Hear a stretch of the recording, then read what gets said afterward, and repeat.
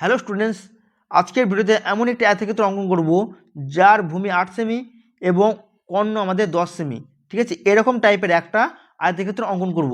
এরকম আয়তক্ষেত্র আমরা কিভাবে অঙ্কন করব সেটা আমরা এই ভিডিও থেকে শিখব। চলো শুরু করা যাক। এই কোশ্চেনটি তোমাদের রিকোয়েস্টের কমেন্ট বক্স থেকে নেওয়া একটি কোশ্চেন। ঠিক আছে, এই কোশ্চেনটি দেখো, একজন কমেন্ট করেছিল যে স্যার এটা করে দেবেন। দেখো এখানে লেখা ছিল একটি রেক্ট্যাঙ্গেল আঁকো যার ভূমি 8 সেমি আর কর্ণ 10 সেমি।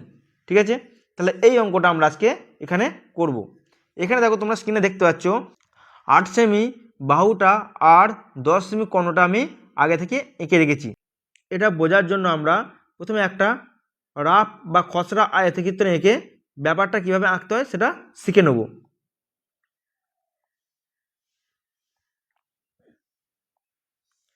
দেখো একটা খসড়া আয়তক্ষেত্র এঁকেছি আমি, যেখানে এটা হচ্ছে আমাদের 8 সেমি হতে হবে, আর এই যে কর্ণটা আছে আমাদের, এই কর্ণটা আমাদের 10 সেমি হতে হবে। ঠিক আছে, আর আমরা কি জানি আয়তক্ষেত্রের প্রতিটি কোণ 90 ডিগ্রি, তার মানে কি এই কোণটা হচ্ছে আমাদের একটা 90 ডিগ্রি কোণ। ঠিক আছে, আরও ভালো ব্যবহারের জন্য আমাদের যে এই ত্রিভুজটা পাচ্ছি, ঠিক আছে, যে এই ত্রিভুজটা পাচ্ছি, এই ত্রিভুজটা প্রথমে আমরা অঙ্কন করব। ঠিক আছে, এই আয়তক্ষেত্র অঙ্কন করার আগে আমরা এই লাল কালিতে যেটা দেখিয়েছি এই ত্রিভুজটা প্রথমে আমরা অঙ্কন করব। তার মানে আমরা এমন একটা ত্রিভুজ অঙ্কন করব যার একটি কোণ সমকোণ।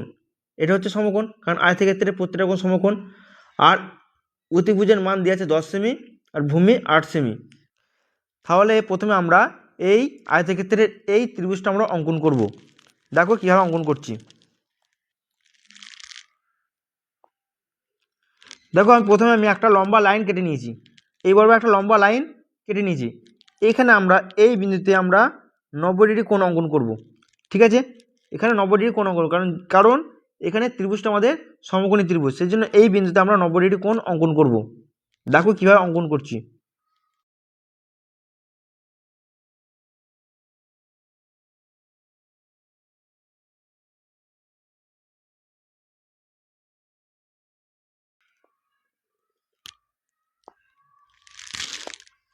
দেখো আমরা এখানে এই বিন্দুতে 90 ডিগ্রি কোণ অঙ্কন করেছি। ঠিক আছে, এরপর আমরা এই যে এটা আমাদের ভূমির হবে, তাহলে এখানে আমরা প্রথমে 8 সেমি মাপটা কেটে নেব। তাহলে এখানে আমরা 8 সেমি মাপটা কেটে নিচ্ছি। দেখো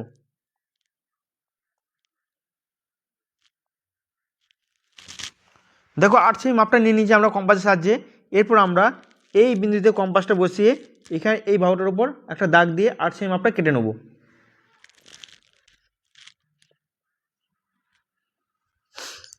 দেখো 8 সেমিটা কেটে নিয়েছি এখানে। এরপর আমরা এই যে এই বিন্দুটা আছে, এই বিন্দুতে কম্পাস বসিয়ে আমরা 10 সেমি মাপটা কেটে নেব। এখান থেকে আমরা 10 সেমি মাপটা নিয়ে নেব, তারপর এখানে কম্পাস বসাবো, কম্পাস বসিয়ে কাটবো এই লাইনটা বরাবর। ঠিক আছে, কীভাবে কাটছি দেখো।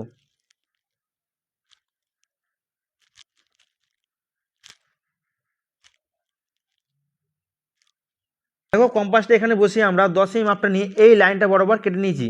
ঠিক আছে, এই লাইনের উপরে একটা দাগ দিয়েছি। ঠিক আছে, তাহলে এখান থেকে আমাদের এইটা হচ্ছে আমাদের 10 সেমি। ঠিক আছে, তাহলে এই পয়েন্টটা আর এই পয়েন্টটা আমরা স্কেলের সাহায্যে যোগ করে দেবো।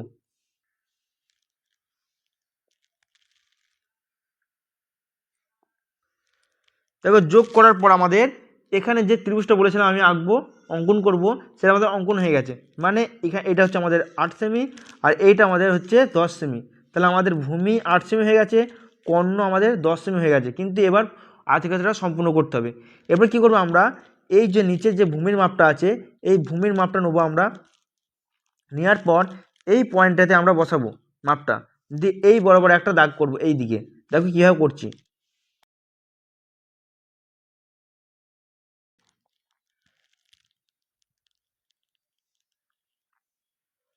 বসানোর পর আমরা এই বরাবর একটা বৃত্তচাপ নেব।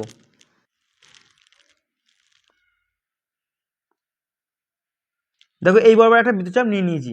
এরপর আমরা এখান থেকে এই মাপটা নেবো আমরা কম্পাসের সাহায্যে।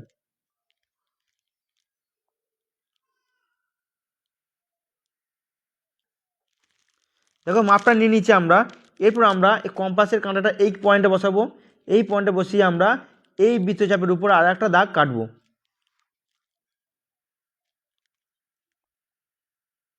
দেখো এই বৃত্তচাপের উপর একটা দাগ কাটলাম, ঠিক আছে, এর ফলে আমরা একটা বিন্দু পেলাম, ঠিক আছে। দেখো এই বিন্দুটা আর এই বিন্দু যোগ করব, আর এই বিন্দু আর এই বিন্দু যোগ করবো স্কেলের সাহায্যে আমরা।